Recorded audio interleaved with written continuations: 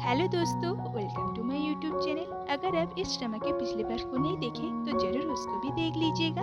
तो चलिए बिना किसी देरी के वीडियो को स्टार्ट करते हैं। यिंग के पूछने पर जुआन कहता है, हम दोनों स्टेज पे एक साथ परफॉर्म करते थे। तुम और तुम्हारे दोस्त भी तो हमारी परफॉर्मेंस देखने के लिए आए, शायद तुम्हें याद नहीं है। दुख की बात तो ये है कि इसके जैसे पियानिस्ट अब हमारे बीच में नहीं है। घर जाने के वक्त भी यिंग इसी सब बातों को ही सोच रही, तो घर जाके यिंग किम लैन के बारे में इंटरनेट पे सर्च करती है। उसके बाद अपना फोन चेक करती है। जांगयन ने अभी भी उसके मैसेज का रिप्लाई नहीं दिया। नेक्स्ट डे जेनी से उससे पता चलती है किम लैन को उसने हेल्प की थी, इसलिए तब के कंडक्टर के कहने पर यिंग लैन के साथ यूरोप भी गई थी, पर यिंग को तो कुछ भी याद नहीं है। उसके बाद जेनी के बैक पेन की वजह से वो उसके बैक पे दवाई लगाती है और डॉक्टर को दिखाने के लिए कह के वहाँ से जाने लगती है। तभी वहाँ पे जांगयन आता है, पर वो यिंग को इग्नोर करके वहाँ से चला जाता है, जो कि यिंग को बिल्कुल भी अच्छी नहीं लगती। वास्तव में यिंग इसी बात को लेके परेशान होती है। तभी वहाँ पे मिस हायांग आती है और कहती है, माइकल ने तुम्हें लेसन देना शुरू करवाया कि नहीं? यिंग कहती है, अगले हफ्ते से शुरू करूंगी। मिस वांग कहती है, जब सीखने का मौका मिल रहा है तो उसके पास से सब कुछ सीख लेना। तभी वो दोनों कुछ गिरने का आवाज सुनती है और देखती है कि हायुन जो बेहोश होकर पड़ी है और उसके आसपास बहुत सारे दवाई पड़े हुए और ये सब देख के ये दोनों बहुत घबरा जाती है। यिंग एम्बुलेंस को बुलाती है। नेक्स्ट डे हायुन जो को देखने के लिए यिंग हॉस्पिटल जाती है। जब यिंग कहती है, तुम इतने सारे पेन किलर क्यों ली? तुम्हें क्या लगता है कि तुम लोहे की बनी हो, तुम्हें कुछ नहीं होगी? हायुन जो कहती है, तुमने ऑर्केस्ट्रा वालों को क्या कही? यिंग कहती है, मैंने कही कि तुम्हें फ्लू हुई है। हायुन जो कहती है, अब तुम जाओ और मुझे आराम करने दो। फिर वो कहती है, जांगयन के साथ तुम्हारा क्या रिश्ता है? यिंग कहती है, ऐसे क्यों पूछ रही हो? हायुन जो कहती है, मुझे ऐसा लगा कि तुम दोनों के बीच में कुछ है, इसलिए थोड़ी सी चिंता हुई। यिंग कहती है, फिलहाल तो तुम अपने बारे में चिंता करो, और फिर वहाँ से चली जाती है। उसके बाद यिंग जांगयन को कॉल करके मिलने के लिए बुलाती है। फिर वो दोनों एक जगह में मिलते हैं। जांगयन पहले हायुन जो की हालचाल पूछता है, फिर पूछता है कि तुमने मुझे यहाँ पे क्यों बुलाई? यिंग कहती है, तुम मुझे इग्नोर क्यों कर रहे हो? जांगयन कहता है, नहीं तो तुम ये सब क्या बोल रहे हो? यिंग कहती है, झूठ मत बोलो। अच्छा ये बताओ, किसी भी लड़की को किस करने के बाद क्या ऐसे ही छोड़ दिया जाता है? जांगयन ये सुन के हंसने लगता है। यिंग कहती है, हंसो मत, ये सीरियस है। देखो मैं एक सीधी सादी लड़की हूँ, जो होता है मैं उसे सच मान लेती हूँ। तुमने कहा था कि तुम मेरे बारे में जानना चाहते हो, इसलिए मैंने उस दिन तुम्हें किस करने के लिए कहा। शायद मुझे ऐसे पूछना नहीं चाहिए था, इसलिए मैं तुमसे माफी मांगती हूँ। और जेनी ने कही कि मैं किम लैन को पहले जानती थी, जब कोरिया आया था मैं उसकी असिस्टेंट थी, मुझे उसके बारे में सब कुछ जानना है। जांगयन कहते हैं, शायद ये तुम्हारे लिए दुखदायक हो। यिंग कहते हैं, नहीं भी हो सकती है, और हाँ अब से तुम मुझे इवनिंग कॉल मत करना। जो भी हम दोनों के बीच में हुआ है वो यही पे खत्म होता है। और फिर यिंग वहाँ से चली जाती है। इधर चोई की सन सुयंग के चेम्बर में आता है, तो सुयंग उसे देख के थोड़ी सी सरप्राइज हो जाती है और फिर कहती है, तुम्हें क्या हुआ है? चोई की सन कहते हैं, मुझे सर्कल से डर लगा। क्या ये कोई गंभीर बीमारी है? सुयंग कहती है, तुम्हें ट्राइपोफोबिया हुआ है। तभी चोई की सन एक मैगजीन उसे देती है और कहता है, मैं आर्टिस्टिक बच्चों के लिए रिकवरी प्रोग्राम का सुझाव लेके आया हूँ। ये देख के खुश हो जाती है और कहती है, तुम ये काम भी करती हो? चोई की सन कहता है, मैं तो कुछ भी नहीं करता, पर हमारा रिश्ता आगे बढ़े इसलिए हमें कुछ तो करना चाहिए। और फिर वहाँ से चला जाता। मतलब कि वो कोई बीमार नहीं था, यही काम करने के लिए आया। इधर मिस्टर कैंग हायुनजू को कहता है, एंट्रेंस एग्जाम के रिजल्ट शीट में मेरी बेटी का नाम क्यों नहीं है? हायुनजू कहती है, अगर वो कॉलेज में दाखिला हुई तो आपकी बेइज्जती हो। मिस्टर कैंग कहता है, तुम कब से इतना फिक्र करने लगे? और उसके हाथ में जबरदस्ती कुछ पैसे देता है और कहता है, तुम इस ऑर्केस्ट्रा की प्रिंसिपल वायलिस्ट हो, अपने आप को देखो, एक बार जाके कुछ खाना खाओ। और फिर वहाँ से चला जाता है। ना चाहते हुए भी हायुनजू को वो पैसा लेना पड़ता है। इधर हमें पता चलता है कि चोई की सन जांगयन से मिला हुआ है और वो जांगयन के पापा का सेक्रेटरी है। तो वो जांगयन को बाहर में बुलाता है और कहता है, जिसने तुम्हारे भाई का एक्सीडेंट किया था वो ट्रक ड्राइवर, उसको बेल मिल गई। जांगयन कहता है, पर कैसे? इतना पैसा उसे कहाँ से मिल रहा है, पता करो। इधर यिंग घर जा रही थी, तभी उसके पीछे से कोई आता है और वो उसका एक्स बॉयफ्रेंड है मुंजे यंग, और कहता है, मैंने तुम्हारे साथ जो किया है वो बहुत गलत, क्या फिर भी तुम मुझे एक मौका दे सकते हो? यिंग कहती है, मैं तुम्हें हमदर्दी दे सकती हूँ, मौका नहीं। और फिर वो वहाँ से जाने लगती है, पर ये लड़का भी उसका पीछा करता है। तभी रास्ते में उसे जांगयन मिल जाती है। जांगयन इस लड़के को देख के कहता है, तुम इसका पीछे क्यों कर रहे हो? मुंजे यंग कहता है, तुम मेरे सामने क्यों आ रहे हो? क्या तुम इसके बॉयफ्रेंड हो? जांगयन कहता है हाँ हूँ, पर मुझे तो विश्वास नहीं कर रहा था कि ई यंग किसी और को भी प्यार कर सकती है। और ई यंग उसे पुलिस की धमकी दे के वहाँ से भगा देती है। उसके बाद दोनों सीढ़ियों में बैठते हैं और जांगयन कहता है अगली बार आए तो पुलिस में अरेस्ट करवा देना। ई यंग कहती है वैसे लड़का बुरा नहीं है, बस थोड़ा सा नासमझ है। जांगयन कहता है तुम ऐसे बेवकूफ लड़के को बर्दाश्त कैसे कर रही हो? कहती है तो बताओ मैं क्या करूं? तुम भी तो मुझे किस करने के बाद भूल गए, अचानक मेरी इतनी फिक्र क्यों कर रहे हो? और फिर वहाँ से जाने लगती है तो जांगयन उसे रोक के कहता है मैंने तुम्हें छोड़ा नहीं है, तुम मुझे गलत समझ रहे हो। क्या कल तुम मेरे साथ एक प्लेस में चलोगी? यंग कहती है कहाँ जाना है? जांगयन कहता है जहाँ पे लैंड मरा था। नेक्स्ट डे यंग जब काम के लिए निकल रही थी वो एक पोस्ट देखती है जिसमें कॉन्सर्ट में ऑर्केस्ट्रा के सामने प्रोटेस्ट कर रही है। ये वही लड़की है जिसे हमने पहले एपिसोड में देखी थी। तो ये कहती है कि आप लोग जो इस ऑर्केस्ट्रा में काम करते हैं उन्हें भी इस ऑर्केस्ट्रा से कभी भी निकाला जा सकता है, इसलिए इस पेटिशन में साइन कीजिए और मेरी मदद कीजिए। कुछ लोग पेटिशन साइन भी करते हैं। तभी वहाँ पे जुआन आता है और कहता है प्रोटेस्ट कर रहे हो करो, पर तुम तो वही लड़की हो ना जिससे टेस्ट में 40 नंबर मिले थे। ठीक है जो कर रहे करो, मिस 40 नंबर। और फिर वहाँ से चला जाता है और ये तो उसके ऊपर बहुत ज्यादा गुस्सा हो जाती है। इधर मिस्टर को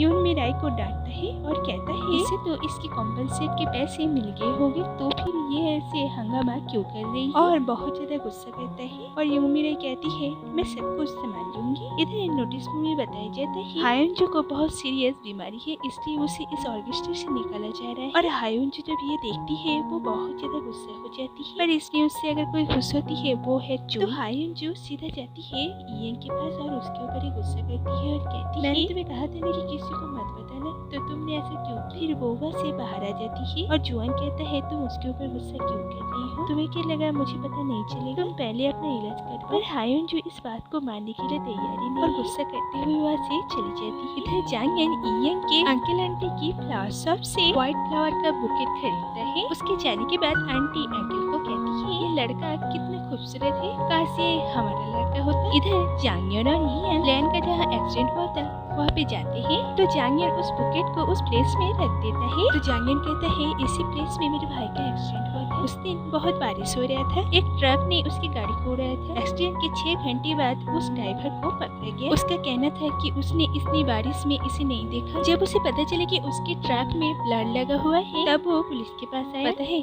मुझे सबसे ज्यादा दुख किस बात का है? ईयन कहती है किस बात का? फिर हमें एक फ्लैशबैक दिखाई जाती है। जांगयन जब मॉर्ग पहुंचा तब तक लैंड का डेथ हो गया था और ये देख के वो बहुत ज्यादा रोने लगता है। प्रेजेंट में जांगयन कहते हैं मैं उसका हाथ कभी नहीं पकड़ा था, सिर्फ बचपन में ही पकड़ा था और जब पकड़ा तब तक वो जा चुका था। ईयन कहती है अगर तुम्हारे भाई के पास कार था तो वो इतने दूर चल के क्यों आया? तुमने जब कहा कि उसकी गर्लफ्रेंड ने उसे मार डाला मुझे लगा कि शायद वो गाड़ी चला रही थी और इसी तरह शायद उसकी एक्सीडेंट हुई। जांगयन कहते हैं लैंड का कार इसी जगह से थोड़ी सी दूर में पाया गया और उसकी गर्लफ्रेंड किसी और जगह से मिली और वो बेहोश थी। ईयन कहती है मुझे कुछ समझ में नहीं आ रही है, भगवान जाने कि उस दिन क्या हुआ था, तुम्हें इस बारे में जान लेना चाहिए था। जांगयन कहते हैं तुम्हें क्या लगता है कि मैंने कोशिश नहीं की? तुम्हारे लिए शायद ये एक मरे हुए आदमी की कहानी हो सकती है, मेरे लिए वो मेरे जान से भी बढ़कर था। ईयन कहती है मैं ऐसा नहीं कहना चाहती थी, बस तुमने अभी कहा कि उसकी गर्लफ्रेंड जिंदा है तो मुझसे क्यों नहीं पूछ रहे हो कि उस दिन क्या हुआ? जांगयन कुछ सोचता है फिर कहता है वो कौन है, कहाँ रहती है, मुझे कुछ भी पता नहीं है और पुलिस के पास से भी मुझे ये इन्फॉर्मेशन नहीं मिलेगा। फिर वो दोनों घर के लिए लौटते हैं। पहले तो जांगयन उससे सॉरी कहता है क्योंकि उसने उस पर थोड़ा ज्यादा ही गुस्सा कर दिया। से तुम्हारा एक्सीडेंट कहाँ पे हुआ? ये कहती है स्विंग में गई, प्रोफेसर सॉन्ग से मिल के आते वक्त मेरे एक्सीडेंट हुई। फिर वो एक घर को देख के गाड़ी रोकने के लिए कहती है को कुछ फ्लैशबैक याद आती है पर क्या आती है उसे भी समझ में नहीं आती। जांगयन कहते हैं क्या तुम इस प्लेस को जानती हो? ये कहती है मैंने शायद इसे सपनों में देखी थी। फिर दोनों मिलके उसके अंदर जाती है। फिर उसे एक फूल को देख के बहुत कुछ याद आने लगता और वो बहुत ज्यादा डर जाती है और रोने लगती है। जांगयन उसके पास आता है तभी उस घर की दरवाजा कोई बंद कर देता है। वो जांगयन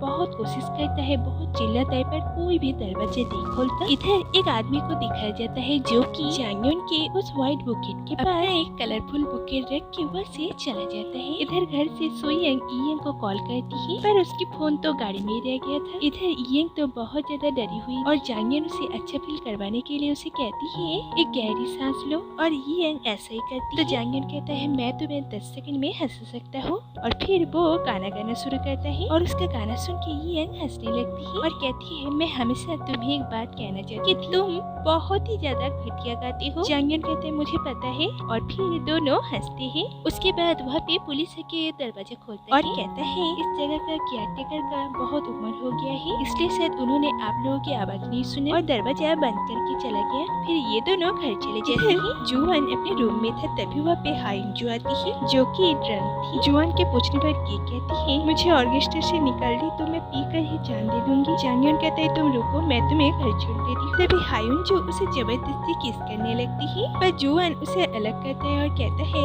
तुम्हें नहीं पता कि यहाँ पे कैमरा लगा हुआ है। फिर वो उसे घर छोड़ने के लिए जाता है। फिर वो दोनों हक करते हैं। जुआन जब वहाँ से जाने वाला होता है तब हायुंजू कहती है मैं उस रात तुम्हें देखी। जुआन कहता है तुम कहना क्या चाह रहे हो, तो हायुंजू कहती है लैन का लास्ट परफॉर्मेंस के दिन मैंने वहाँ पे तुम्हें नहीं देखा था और तुम्हारा फोन भी बंद था, पर मैंने उसके पीछे तुम्हें जाते हुए देखी थी और फिर उसका एक्सीडेंट हो गया। जुआन कहते हैं तुम कहना क्या चाहते हो कि मैंने उसे मार डाला। हायुंजू कहती है मैंने ऐसा नहीं कहा, मुझे तुम्हारी फिक्र है इसलिए मैं तुमसे पूछ रही हूँ। उस दिन जब तुम्हें पता चला कि ईएंग भी उसके साथ है तब तुम उनके पीछे गए। उसी दिन उन लोगों के एक्सीडेंट हुआ, लैन मर गया और ईएंग सब कुछ भूल गई, इसलिए मुझे फिक्र रहती है कि तुम इन सब में फंस न जाओ। जुआन कहता है मैं उस दिन घर में जाके सो गया और तुम शराब पी के कुछ ज्यादा ही अनाप शनाप बक रही और गुस्सा करते हुए वह से चला जाता है। इधर कॉल पे बात ना होने की वजह से सुयंग ईएंग से मिलने के लिए उसके घर पे आती है और बहुत ज्यादा डांटने लगती है कि उसने कॉल क्यों नहीं रिसीव की। तो ईएंग इससे पूछती है कि क्या तुम्हें किम लैन के बारे में कुछ पता है। जांगयन उसका बड़ा भाई है, मैं लैन की असिस्टेंट थी, फिर भी मुझे उसके बारे में कुछ भी याद नहीं है, इसलिए मैं जांगयन से कही कि वो मेरी याददाश्त लौटाने के लिए मेरी मदद करे। इसलिए आज उसने उसी प्लेस में लेके गई मुझे जहाँ पे लैन का एक्सीडेंट हुआ था। सुयंग को ये सब सुन के कुछ ठीक नहीं लगती। रात में कोई ईएंग को कॉल करता है, उत्सर से कोई भी बात नहीं करता और ये सब से ईएंग थोड़ा सा डर जाती है और जांगयन के रूम में जाके रहता है और जांगयन को जाके सब कुछ बताती है। ईएंग के मन में जो भी बात थी वो उसे कह जा रही, पर जांगयन कोई भी बात नहीं करती। ईएंग जांगयन को इंसिस्ट करती है ताकि वो उसके लिए पियानो बजाए और जांगयन को भी ना चाहते हुए भी बजाना पड़ता है। तभी वहाँ पे ईएंग को एक फोटो दिखती है जिसमें वो और लैन बहुत ही क्लोज खड़े हुए थे और ये देख के तो बहुत ज्यादा शॉक हो जाती है और उसे सारी बातें याद आती है जो कि जांगयन ने लैन के बारे में कहा था। उसके बाद हमें 1 साल पहले की एक फ्लैशबैक दिखाई जाती है। ईएंग जब जांगयन को लेके एयरपोर्ट से आ रही थी तब उन दोनों में बातचीत होती है और वहाँ पे किम लैन कहता है ये नाम उसका स्टेज नेम है, इसका असली नाम है जांगयन। इधर हायुंजू को एक आदमी से पता चलती है कि लैन जांगयन का छोटा भाई है और जांगयन एक बहुत बड़ा बिजनेसमैन का बेटा है। इधर जुआन मिस्टर कैंग से मिलने के लिए जाता है जहाँ पे मिस्टर कैंग उसे समझाने का कोशिश करता है कि उनके परिवार ने उसके ऊपर कितना एहसान किया और उसी की वजह से वो आज इस पोजीशन में है। और फिर वो पूछता है कि तुमने ईएंग को काम पे क्यों रखा, कि तुम उस पर नजर रख रहे हो। जुआन कुछ भी नहीं कहता। उसके बाद वहाँ पे एक आदमी उससे मिलने के लिए आता है, इसका नाम है योंग गिल और ये वही आदमी है जो लैन के एक्सीडेंट प्लेस पे कलरफुल बुके लेके गया था। तो यहाँ पे इस एपिसोड का एंड होता है। तो दोस्तों अगर वीडियो थोड़ा सा भी अच्छे लगे तो लाइक और सब्सक्राइब जरूर कीजिएगा। तो मिलते हैं अगले वीडियो में, तब तक के लिए बाय।